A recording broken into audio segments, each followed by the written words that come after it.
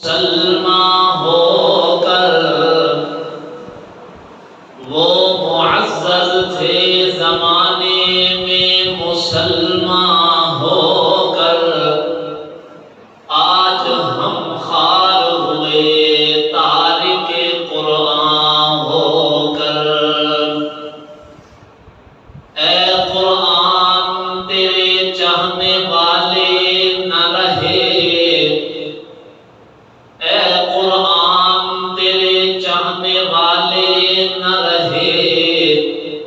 جن کا تو چاند تھا وہ ستارے نہ رہے۔ ان اللہ وملائکتہ یصلون علی النبی یا ایھا الذین آمنوا صلوا علیہ وسلموا تسلیما۔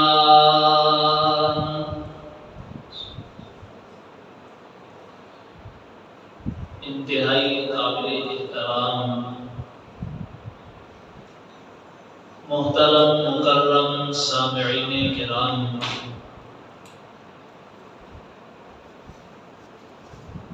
جمعۃ المبارک کی اس مختصر سی نشست میں آپ حضرات کے سامنے جس عنوان پر گفتگو کرنے کا ارادہ ہے وہ ہے قرآن مجید فرقان حمید کی عظمت، حرمت، فضائل، مناقب آپ کے سامنے بیان کرنی ہے۔ ویسے 18 ذی الحجہ سیدنا عثمان غنی رضی اللہ تعالی عنہ کی یوم شہادت ہے، لیکن ملکی حالات کے تناظر میں عید الاضحیٰ کے مبارک دنوں میں ایک بد کردار، بد اخلاق اور مسلمانوں کی دل آزاری کرتے ہوئے مسلمانوں کی عظیم کتاب قرآن مجید فرقان حمید کو نظر آتش کیا گیا اور جلایا گیا، اس کی مذمت کرتے ہوئے، اظہار افسوس کرتے ہوئے ملکی سطح پر آج پورے پاکستان میں یوم حرمت قرآن مجید کے طور پر منایا جا رہا ہے۔ ہر علاقے میں، ہر مسجد میں قرآن مجید فرقان حمید کے فضائل اور مناقب بیان کیے جا رہے ہیں۔ جلوسوں کی شکل میں، احتجاج کی شکل میں کفر کو یہ بتایا جا رہا ہے کہ جس قرآن مجید فرقان حمید کے نسخے کو جلا کر تم یہ سمجھ بیٹھے ہو کہ قرآن مجید فرقان حمید کو جلا کر کاغذی صورت میں اس کو ختم کر کے اس کی آواز کو مٹا دیں گے، لیکن ہم انہیں یہ بتا دینا چاہتے ہیں کہ جس قرآن کو تم کاغذ کی شکل میں تو مٹا لو گے، لیکن حافظ قرآن کے سینوں سے قرآن کو کبھی ختم نہیں کر سکتے۔ تو اسی مناسبت سے آج کی گفتگو قرآن مجید فرقان حمید کی عظمت اور فضائل پر ہوگی، کیونکہ حدیث مبارکہ میں آتا ہے اللہ کے پیغمبر صلی اللہ علیہ وسلم نے فرمایا من رأى منکم منکرا فَلْيُغَيِّرْهُ بِيَدِهِ، جو آدمی کسی برائی کے کام کو دیکھے،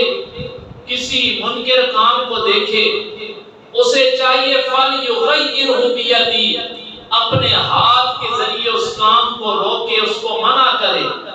فَإِن لَّمْ يَسْتَطِعْ اگر وہ ہاتھ سے اس برائی کو روکنے کی طاقت نہیں رکھتا، فَبِلِسَانِهِ اپنے زبان کے ذریعے اس برائی کو روکنے کی کوشش کرے۔ فَإِن لَّمْ يَسْتَطِعْ اگر وہ یہ بھی کام نہیں کر سکتا، اس کی بھی طاقت نہیں رکھ سکتا کہ زبان سے کسی کو برائی کے کام سے روکے، تو اللہ کے پیغمبر صلی اللہ علیہ وسلم نے فرمایا فَبِقَلْبِهِ کم از کم اپنے دل میں اس برائی کو برائی سمجھے اور اس کی نفرت اپنے دل میں پیدا کرے۔ وَذَلِكَ أَضْعَفُ الْإِيمَانِ اور یہ ایمان کا سب سے کمزور ترین درجہ ہے۔ سب سے افضل درجہ ایمان کا برائی کو اپنے ہاتھ سے روکے، پھر اس سے کمزور اپنی زبان سے برائی کو روکے، اور ایمان کا سب سے کمزور درجہ یہ ہے کہ کم از کم دل میں اس برائی کو برا سمجھے، اور یہ ایمان کا سب سے کمزور درجہ ہے۔ ہم اگرچہ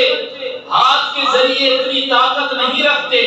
کہ اس برے کام کو ہم روک سکیں، لیکن کم از کم زبان کے ذریعے ہم اس برائی کا انکار تو کر سکتے ہیں، اس برائی کو برا تو کہہ سکتے ہیں، اس برے عمل کو ہم برا تو کہہ سکتے ہیں۔ قرآن مجید فرقان حمید کی عظمت اور فضائل تو ہم بیان کر سکتے ہیں، تو ہم اس درجے پر ضرور عمل کریں گے کہ اپنی زبان کے ذریعے اس منکر کام کو روکنے کی ہم بھرپور کوشش کریں گے۔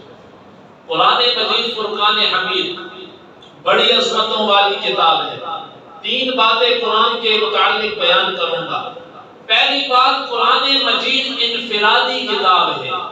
انفرادی کتاب کا معنی کیا؟ منفرد کتاب، علیحدہ کتاب۔ جس طرح یہ ایک کتاب ہے، تورات بھی ایک کتاب ہے، جس طرح قرآن مجید ایک کتاب ہے،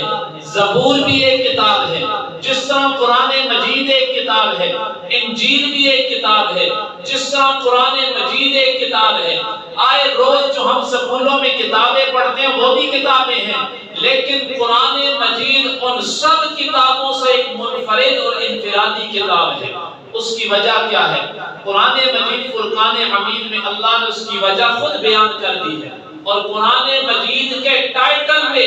اللہ نے یہ لکھ دیا اور بتا دیا کہ قرآن مجید فرقان حمید باقی تمام کائنات کی کتابوں سے انفرادی اور منفرد کتاب ہے۔ آئیے پھر قرآن کے ٹائٹل میں اللہ نے کیا لکھ دیا ہے؟ فرمایا اعوذ باللہ من الشیطان الرجیم بسم اللہ الرحمن الرحیم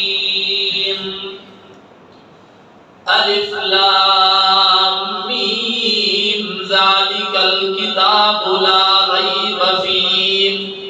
قرآن مجید فرقان حمید کی ابتدا کرتے ہوئے اللہ رب العزت نے ابتدا ہی میں ایک دعویٰ کر دیا قرآن کے متعلق۔ اللہ فرماتے ہیں الف لام میم ذالک الکتاب لا ریب فیہ، یہ جو کتاب میں نے محمد عربی صلی اللہ تعالی علیہ وسلم پر نازل کی ہے،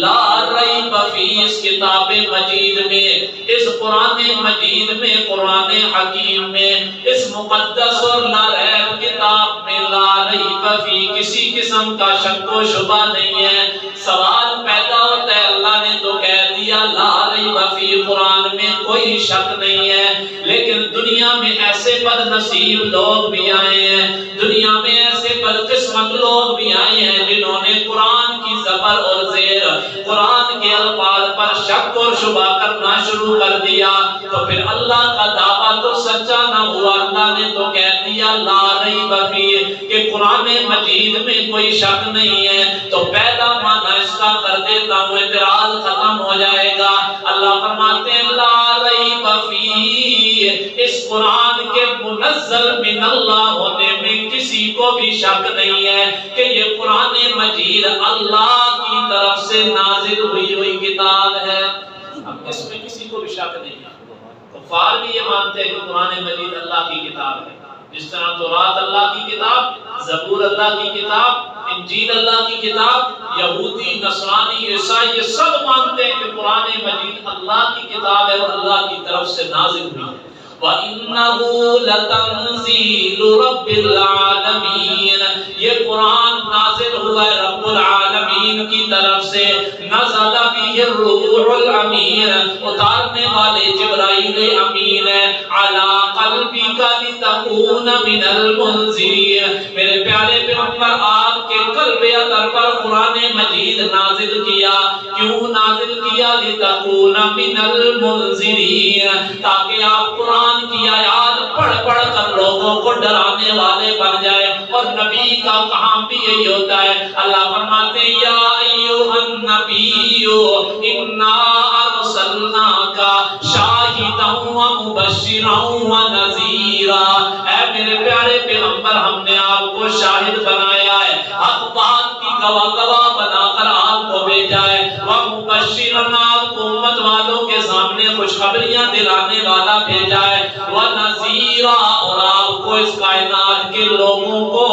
جہنم سے ڈرانے کے لیے بھیجا ہے۔ اب نبی کا کام بھی یہ ہے، شاہدن کہ حق پر گواہ ہوتا ہے، نبی کا جسم جو ہوتا ہے وہ حق پر بہت بڑی دلیل ہوتا ہے، وَمُبَشِّرًا اور خوشخبریاں دینے والے، وَنَذِيرًا اور ڈرانے والے۔ یہاں ایک نقطہ سمجھنا،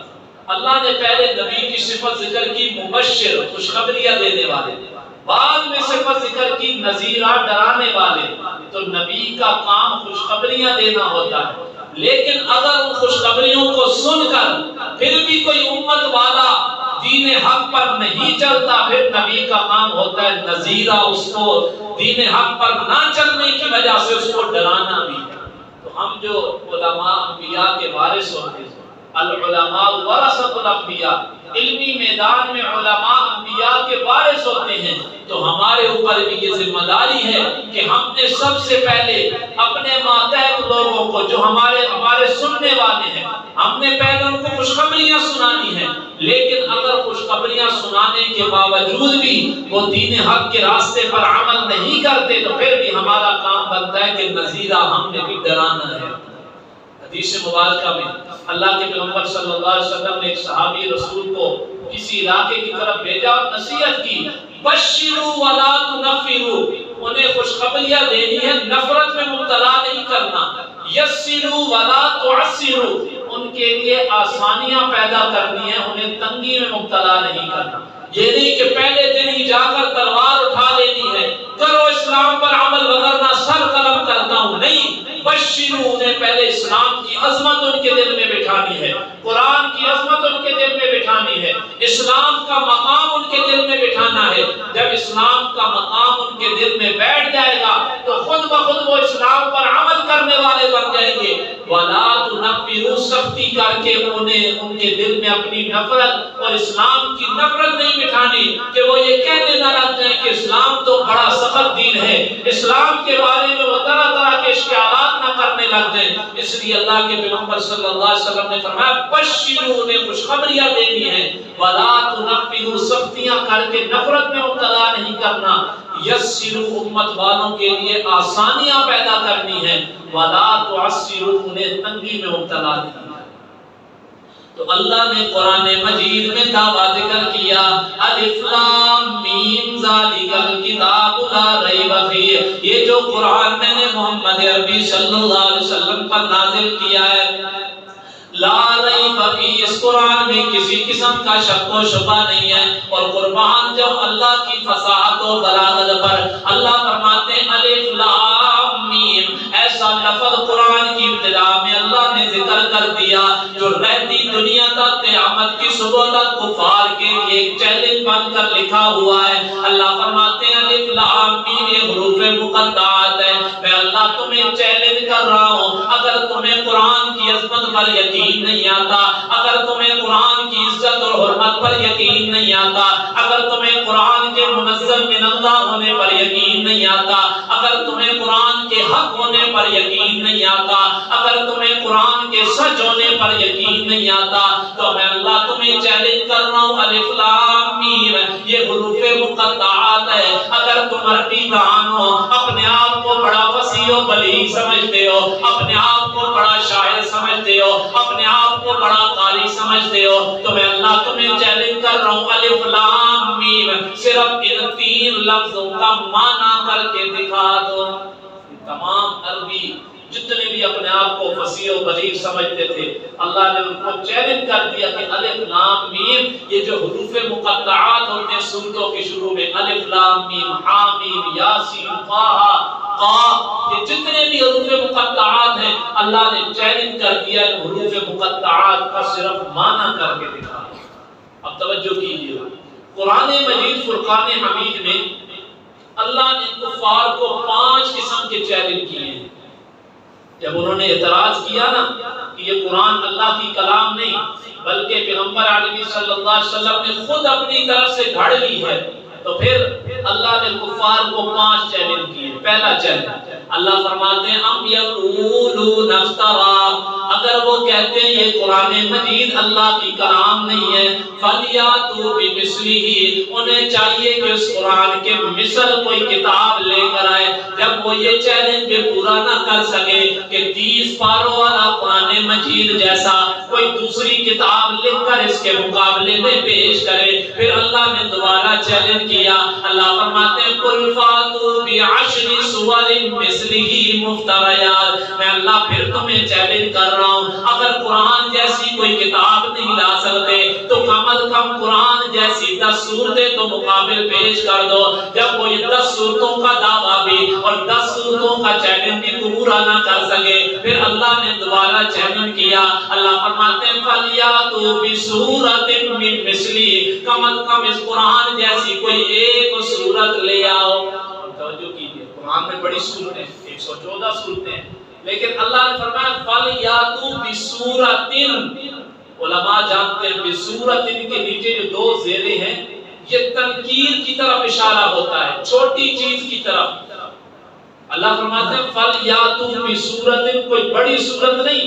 بِسُورَةٍ قرآن کی سب سے چھوٹی صورت جیسی کوئی صورت بنا کر دکھا دو، یعنی سورہ کوثر، سورہ عصر جیسی کوئی صورت لا کر دکھا دو تو میں اللہ تمہارا دعویٰ مان جاؤں گا کہ یہ محمد عربی نے خود گڑھا ہے، کیونکہ اللہ کے پیغمبر صلی اللہ علیہ وسلم بھی تو بشر ہیں، انسان ہے۔ اگر وہ قرآن لکھ سکتے ہیں تو آپ تو اپنے آپ کو عربی دان کہتے ہو، عربی جاننے والا کہتے ہو، اور پیغمبر عربی صلی اللہ علیہ وسلم تو ان پڑھ ہیں، نہ کسی سے پڑھا نہ لکھا۔ اگر وہ قرآن جیسا کتاب لکھ سکتا ہے جس طرح تم کہتے ہو تو پھر تم تو اپنے آپ کو عربی دان کہتے ہو، تو کم از کم قرآن کی ایک چھوٹی سورت جیسی کوئی سورت لے کر آؤ۔ جب وہ یہ بھی دعویٰ پورا نہ کر سکے، اللہ فرماتے ہیں فَلْيَأْتُوا بِحَدِيثٍ مِّثْلِهِ،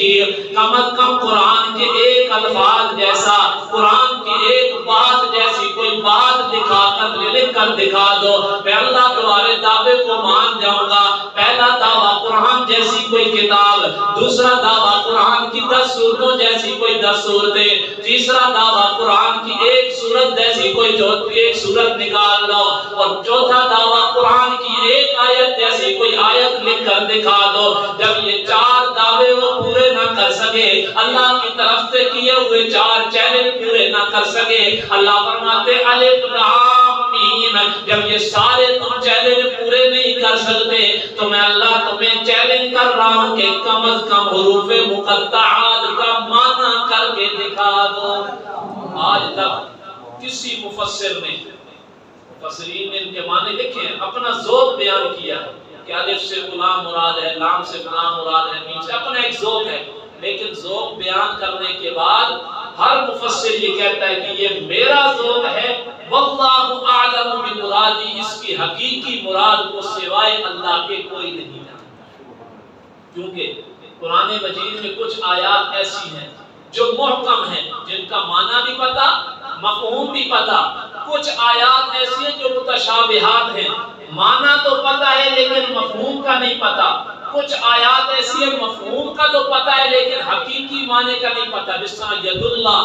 اللہ کا ہاتھ۔ اب معاذ اللہ ہم یہ معنی کریں گے کہ اللہ کا ہاتھ ہے، نہیں، اس کا مفہوم تو ہمیں پتہ ہے کہ اللہ کی قدرت، ہاتھ سے کیا مراد ہے؟ طاقت، قدرت، مفہوم تو ہمیں پتہ ہے لیکن ید اللہ کا حقیقی معنی ہمیں نہیں پتہ، تو ان آیات کو متشابہات کہا جاتا ہے۔ اسی طرح الف لام میم یہ ان حروف مقطعات میں سے جن کا نہ معنی پتہ ہے اور نہ ہی ہمیں مفہوم پتہ ہے. تو قرآن مجید میں اللہ فرماتے ہیں جو محکم آیات ہیں جن کا معنی بھی پتہ مفہوم بھی پتہ, ان پر ہمارے اوپر لازم ہے کہ ہم نے ان پر عمل کرنا ہے. لیکن جو آیات متشابہات ہیں ان پر اب ہم عمل تو نہیں کر سکتے, لیکن کم از کم متشابہات آیات پر ہم نے یقین رکھنا ہے کہ یہ اللہ کی کلام ہے اور اللہ کی طرف سے نازل ہوئی ہے. اب متشابہات جو آیات الف لام میم ہم کیا عمل کریں گے اس پر؟ تو ان آیات کو ہم نے پڑھنا ہے, ان کے مطابق ہم نے اس پر یقین رکھنا ہے کہ یہ اللہ کی طرف سے آیات ہیں,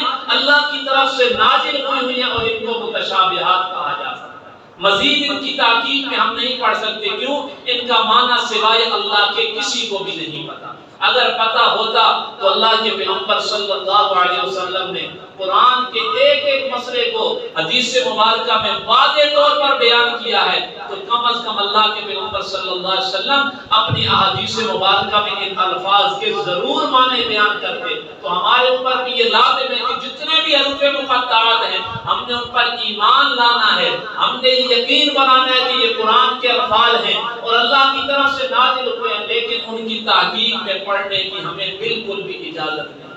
تو پہلا میرا دعویٰ, قرآن مجید انفرادی کتاب ہے, لا ریب فیہ. اللہ فرماتے ہیں جو قرآن میں نے نازل کیا لا ریب فیہ, اس میں کسی قسم کا شک و شبہ نہیں. دنیا میں بڑے مفسر آئے, دنیا میں بڑے کالم لکھنے والے آئے, دنیا میں بڑے بڑے مصنف آئے, لیکن ہر مصنف اپنی کتاب لکھنے کے بعد کتاب کے شروع میں یا آخر میں یہ لکھ دیتا ہے میں نے کتاب تو لکھ لی ہے, اگر کتاب میں مطالعہ کرنے کے بعد آپ کو کوئی غلطی نظر آئے تو اطلاع کر دیجئے گا, آگاہ کر دیجئے گا. یہ مصنف کا انصاف ہوتا ہے. لیکن اللہ نے بھی انصاف کا مظاہرہ کرتے ہوئے اللہ فرماتے ہیں دنیا کے سارے مصنفوں کی, دنیا کے سارے کتاب لکھنے والوں کی کتاب میں کچھ نہ کچھ کمی اور کوتاہی رہ جاتی ہے, لیکن میں اللہ انصاف کے ساتھ یہ دعویٰ کر رہا ہوں لا ریب فیہ, جو کتاب میں نے محمد عربی صلی اللہ علیہ وسلم پر نازل کی ہے اس کے زبر اور زیر پہ بھی شک کرنے کی گنجائش نہیں ہے. اب آپ خود اندازہ لگائیں, جب حافظ قرآن تراویح میں قرآن سنا رہا ہوتا ہے اگر وہ زبر کی جگہ زیر پڑھ دے تو کیا فرق پڑتا ہے,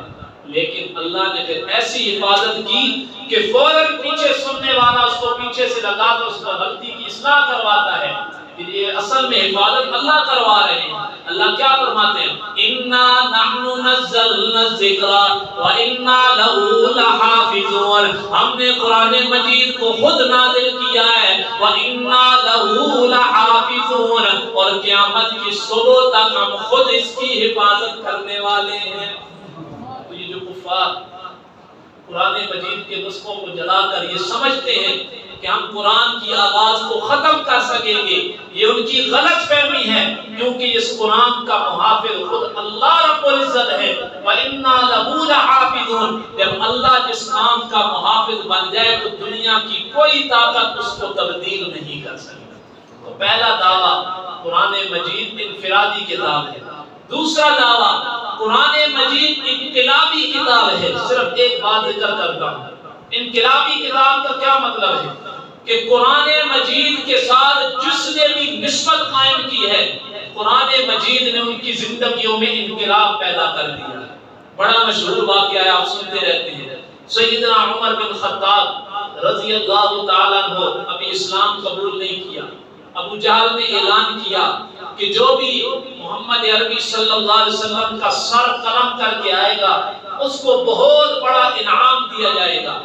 حضرت عمر بن خطاب رضی اللہ تعالیٰ عنہ تیار ہو جاتے ہیں, ابھی کفر پہ ہیں, بڑے سخت ہیں. انہوں نے کہا میں اس کام کے لیے تیار ہوں. نکل پڑتے ہیں, تلوار نیام سے باہر ہے, اور عمر کی تلوار جب نکلتی ہے تو کافروں پر رعب طاری ہو جاتا ہے. ابھی یہ کفر پر ہیں تو سیدنا عمر بن خطاب رضی اللہ تعالیٰ عنہ نکلتے ہیں, تلوار نیام سے باہر ہیں, جا رہے ہیں. راستے میں صحابی رسول ملتے ہیں, کہتے ہیں عمر کہاں کا ارادہ ہے؟ جواب میں کہتے ہیں آج اس نبی کا دین ختم کرنے جا رہا ہوں.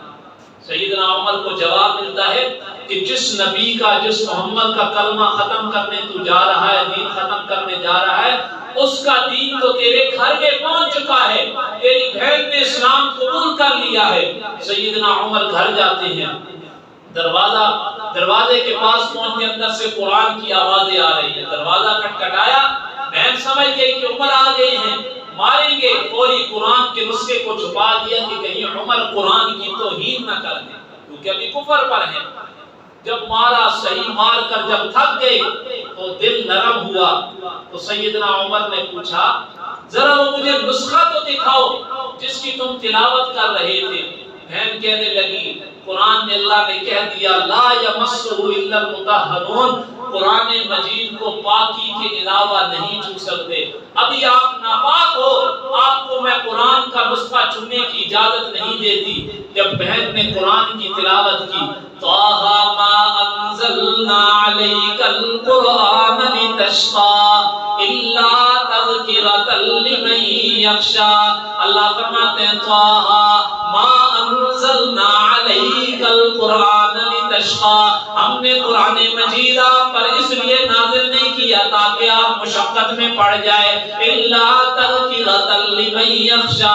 یہ تو قرآن ان لوگوں کے لیے نصیحت ہے جن کے دل میں اللہ کا ڈر موجود ہوتا ہے۔ سیدنا عمر بن خطاب قرآن کی ان آیات کی تلاوت سنتے ہیں، دل نرم پڑ جاتا ہے، بہن کو کہتے ہیں مجھے بھی اس نبی کے پاس لے جاؤ۔ سیدنا عمر بن خطاب رضی اللہ تعالیٰ عنہ چل پڑتے ہیں، نیک ارادے کے ساتھ جا رہے ہیں، اللہ کے پیغمبر کی مجلس کے قریب پہنچتے ہیں، صحابہ کرام پہرا دے رہے ہیں، صحابی رسول اندر جاتے ہیں، عرض کرتے ہیں یا رسول اللہ عمر آ رہے ہیں، تلوار بھی نیام سے باہر ہے، لگتا ہے غلط ارادے سے آ رہے ہیں۔ اللہ کے پیغمبر صلی اللہ علیہ وسلم نے فرمایا عمر کو آج آنے دو، مجھے لگتا ہے کہ اللہ نے میری دعا کو قبول کر لیا ہے۔ ایک رات پہلے اللہ کے پیغمبر نے دعا کی تھی یا اللہ اسلام، مفہوم ذکر کر رہا ہوں، یا اللہ اسلام کی کشتی بڑی اچھی چل رہی ہے لیکن اس کشتی پر دو لوگوں کی بڑی ضرورت ہے، اسلام کو قوت کی ضرورت ہے، یا پھر عمر بن ہشام کے ذریعے اسلام کو قوت بخش دے، یا عمر بن خطاب کے ذریعے اسلام کو قوت بخش دے، کیونکہ عمر بن ہشام مالی لحاظ سے بڑا مضبوط ہے، اسلام کو بڑا تعاون مل جائے گا، عمر بن خطاب عمر پر بڑا سخت ہے، بڑا بہادر انسان ہے، اسلام کو اس کے ذریعے بھی بڑی طاقت مل جائے گی۔ اللہ کے پیغمبر نے رات کو دعا کی، صبح اللہ نے اس دعا کا اثر دکھایا کہ عمر بن خطاب خادم بن کر اللہ کے پیغمبر کی مجلس میں آ جاتے ہیں۔ اور پھر شاعر نے اس منظر کو اپنے اشعار میں ذکر کیا، جب صحابی رسول گئے نا یا رسول اللہ عمر آ رہے ہیں اور تلوار نیام سے باہر ہے، تو شاعر اس منظر کو اپنے اشعار میں یوں بیان کرتا ہے، شاعر کہتا ہے گویا اللہ کے پیغمبر نے یوں کہا ہوگا وہ آیا ہے تو آنے دو، بچھا دو پل کے راہوں پر، خدا سے میں نے مانگا تھا دعاؤں کا جواب آیا، یعنی عمر بن خطاب آیا۔ تو یہ ہے قرآن مجید کی انقلابی کتاب ہے کہ اللہ کے حضرت عمر بن خطاب رضی اللہ تعالیٰ عنہ نے چند آیات قرآن کی سنی، ایسا انقلاب پیدا ہو گیا کہ اللہ کے پیغمبر کے خادم بن گئے۔ آخری بات، آج کی اس جمعۃ المبارک کی نشست میں بحیثیت مسلمان ہم یہ اظہار مذمت کرتے ہیں کہ سویڈن میں جو قرآن مجید کی توہین کی گئی اور توہین کر کے مسلمانوں کی دل آزاری کی گئی، مسلمانوں کے جذبات کے ساتھ کھیلا گیا،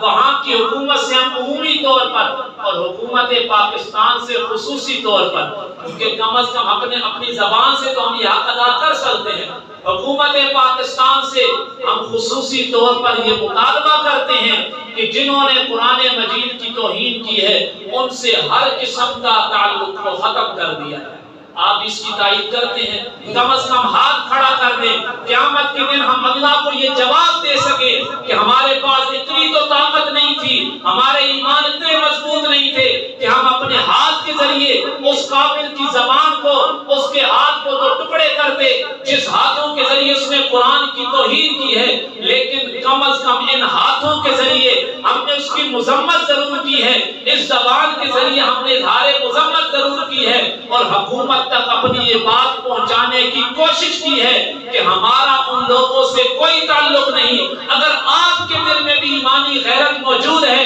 تو آپ بھی حکومتی سطح پر ان کے ساتھ جتنے بھی تعلقات سفارتی وہ سارے ختم کر کے اپنے ایمان کا مظاہرہ کریں کہ مسلمان اپنے تمام تعلقات کو دین اسلام کے نام پر اور قرآن کے نام پر ختم کرنے کے لیے ہر وقت تیار بیٹھا ہے۔ اللہ سے دعا ہے کہ اللہ رب العزت ہمیں قرآن کا سچا محافظ بنائے۔ وآخر دعوانا